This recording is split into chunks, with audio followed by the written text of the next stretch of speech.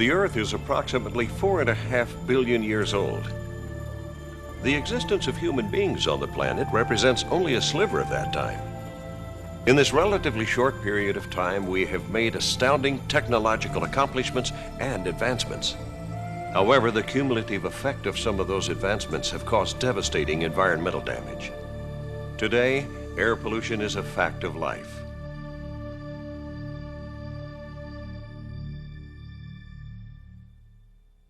Confronted with the growing amount of air pollution and declining air quality, the United States passed the Clean Air Act in 1970.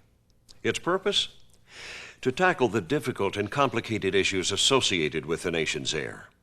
The Act was amended in 1977 and again in 1990. The Clean Air Act established standards or maximum acceptable pollutant levels for air quality in the United States. These standards are called National Ambient Air Quality Standards, or NAAQS. 6 pollutants are regulated under the Clean Air Act. They are ozone, nitrogen dioxide, sulfur dioxide, lead, carbon monoxide, and particulate matter. Transportation-related sources contribute to 4 of the 6: ozone, nitrogen dioxide, carbon monoxide, and particulate matter. Now, ozone is sometimes referred to as smog, and simply put, ozone can cause sort of a sunburn of the lungs, which can impair lung function and cause adverse health effects. You may have noticed recently many counties have begun to post ozone alert warnings, especially during the summer months. Nitrogen dioxide in high concentrations is a component of the unsightly brown urban haze. Nitrogen dioxide contributes to the formation of ozone when it reacts with gasoline and solvent vapors in the presence of sunlight and heat. It can cause serious breathing problems for individuals suffering from asthma and can lower resistance to respiratory infections. Now, carbon monoxide is the silent but deadly killer. It's odorless. It's an odorless gas which inhibits the ability of the blood to carry oxygen to vital organs. And it's formed by the burning of fossil fuels, like gasoline. Breathing in high levels of carbon monoxide can result in coma or even death. Now, particulate matter is tiny particles of dust, so-called soot. And because particulate matter is a major irritant to the respiratory and cardiovascular systems, it can also be very harmful and even lethal. The Clean Air Act requires the Environmental Protection Agency to review its national ambient air quality standards for the protection of public health every 5 years. Recently, we did that review for ozone and particulate matter. And based on some new health studies, we found out that those standards were not protective enough. So we've revised those standards to be more protective. As a result of this revision, we expect that more counties will be in non-attainment in the future. Now, perhaps the most significant reason for concern is the effect standards developed in 1997 will have on small to mid-sized communities, especially those near a large urban area. Now, these areas are known as fringe areas. Now, what does it mean if your area doesn't meet the new standards? It will be classified in what is called a non-attainment area, which can impact funding for your area's highway and transit projects. When a community fails to meet minimum air quality standards, they're identified and classified as non-attainment areas. By this we mean that a community's air quality standards are below health and safety requirements. But on a practical level, this would also mean that a community may be in jeopardy for losing funding for badly needed road projects. These would include road widenings, road extensions, intersection improvements, those sorts of things that any growing community needs to go ahead and be mindful of. So, in a nutshell, the federal government has the ability and the authority to withhold funds for road projects in an area if the community does not meet the requirements of the SIP. In short, state implementation plans, commonly referred to as SIPs or state plans, are like blueprints describing how problem areas can be turned around to meet the standards set forth in the Clean Air Act. The state implementation plans must be approved by the United States Environmental Protection Agency. During development of the state implementation plan, the state gathers historical and scientific data to project emissions from 3 primary categories of emission sources: stationary, area, and mobile.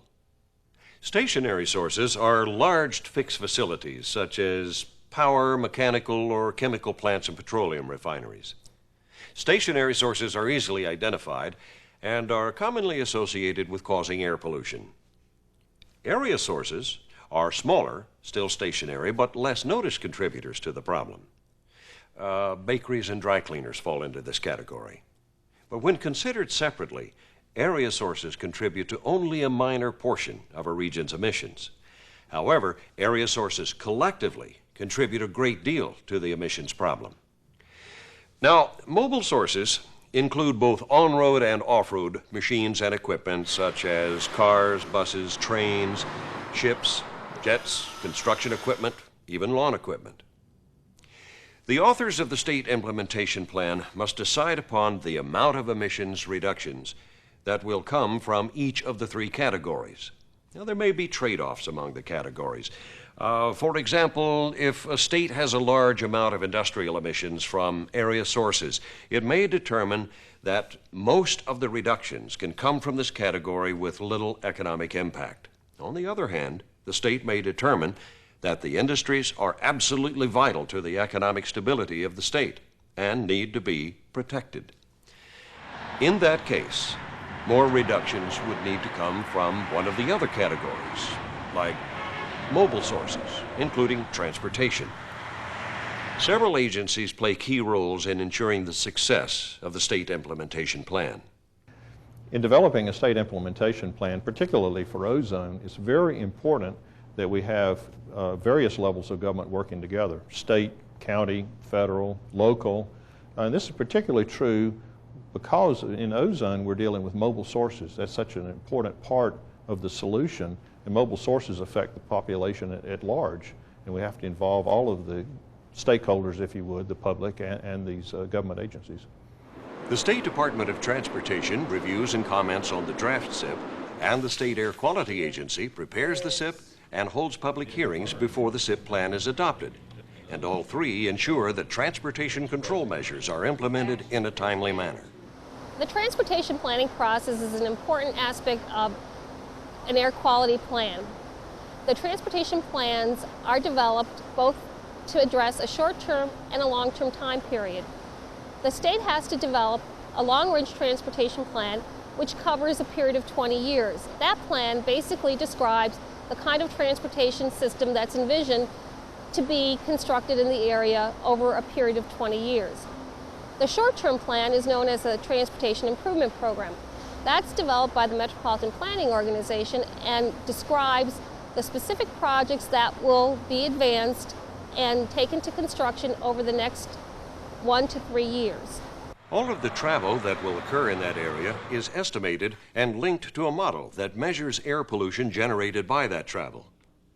If the analysis shows that this level of activity will not prevent the state from reaching its air quality goals in the SIP, the transportation projects can be approved. These plans and the analysis must be updated no less than every 3 years to make sure that the goals are implemented on schedule. This process is how the EPA's Clean Air Act, the SIP requirements, and the U.S. DOT transportation project funding are all linked. Effective state implementation plans, long-range transportation plans, transportation improvement programs, and interagency consultation are vital elements of the transportation conformity process. So, what is transportation conformity? Well, transportation conformity is a complex process designed to ensure that only transportation projects that are consistent with each state's air quality goals receive federal funding. If your area does not conform, there are 3 possible courses of action. First, modify the Transportation Improvement Plan to ensure that it does conform with the state plan.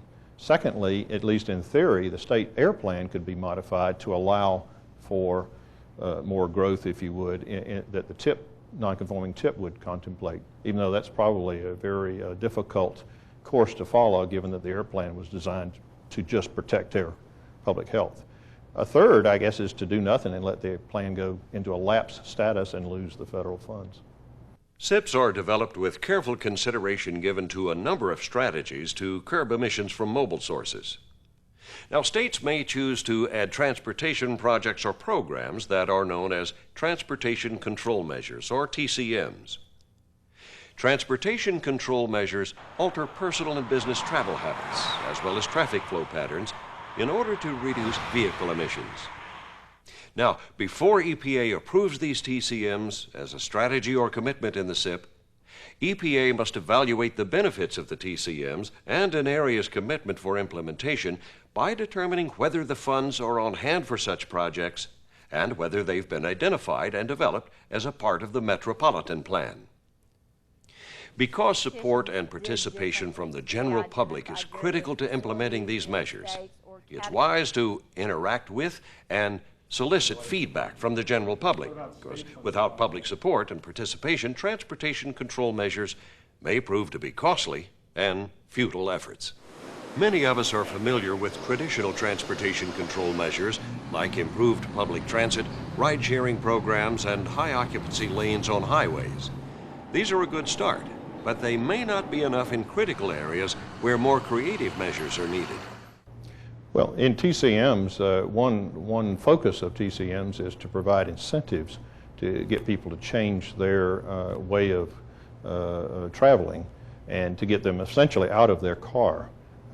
Incentives to provide for carpooling or not driving on certain days or using mass transit or activities that we would be looking for in terms of TCMs.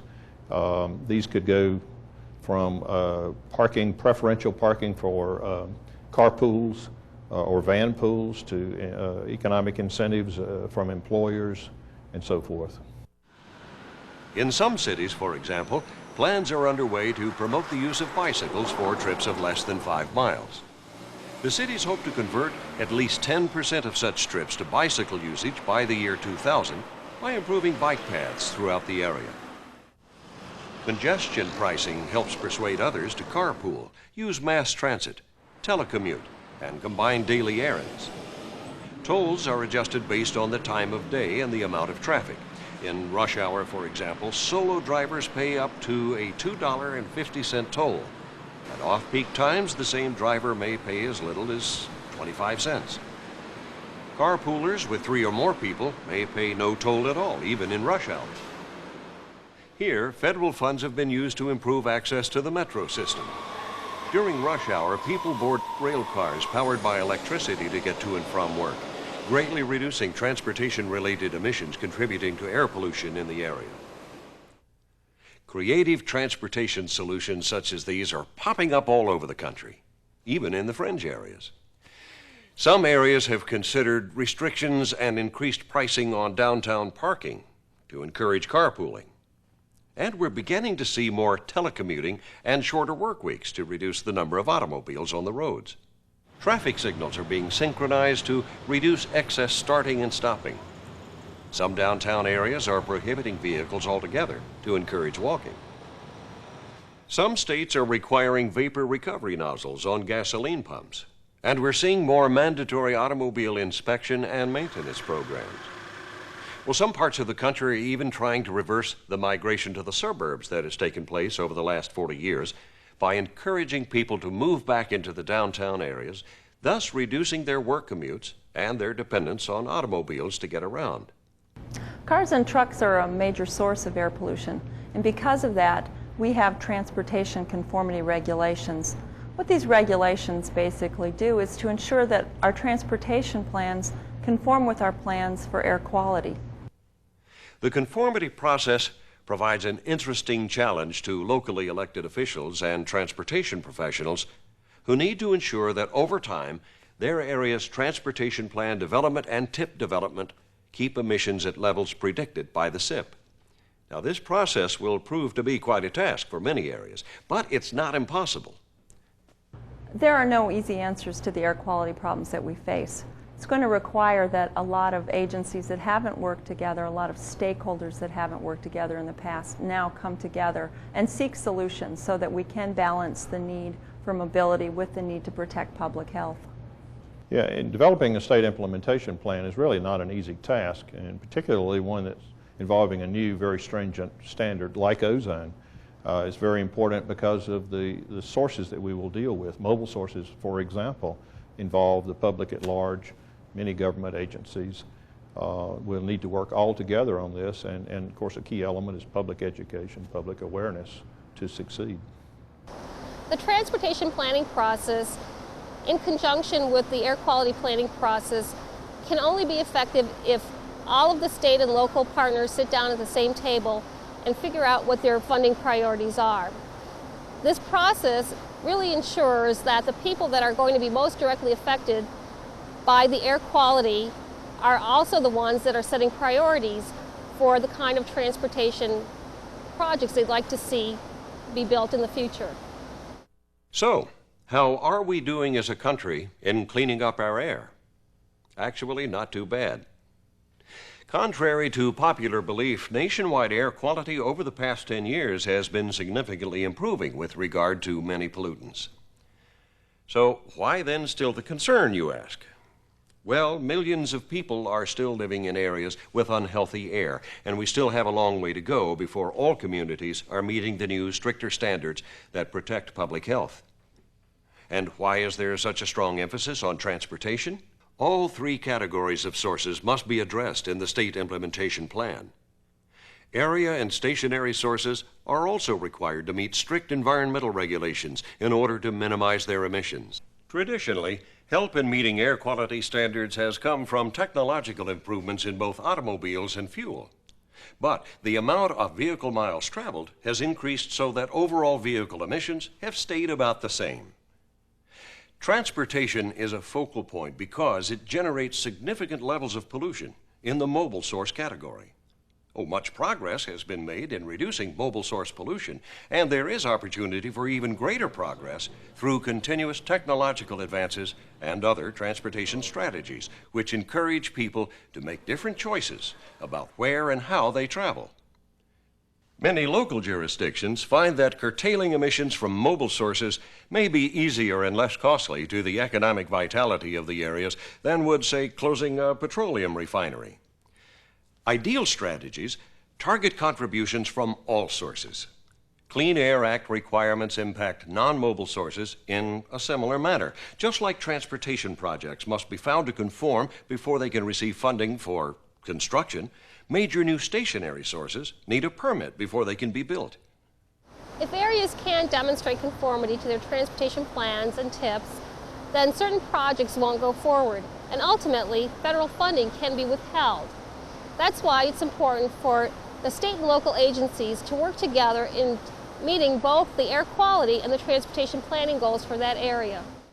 The risk for losing federal funds for highway and transit projects is real. The U.S. EPA and the U.S. DOT are working together to minimize and hopefully even reverse some of the damage to which emissions from all sources, including transportation, have contributed, in order to preserve the planet for future generations. With the cooperation and combined efforts of everyone, we can achieve this goal.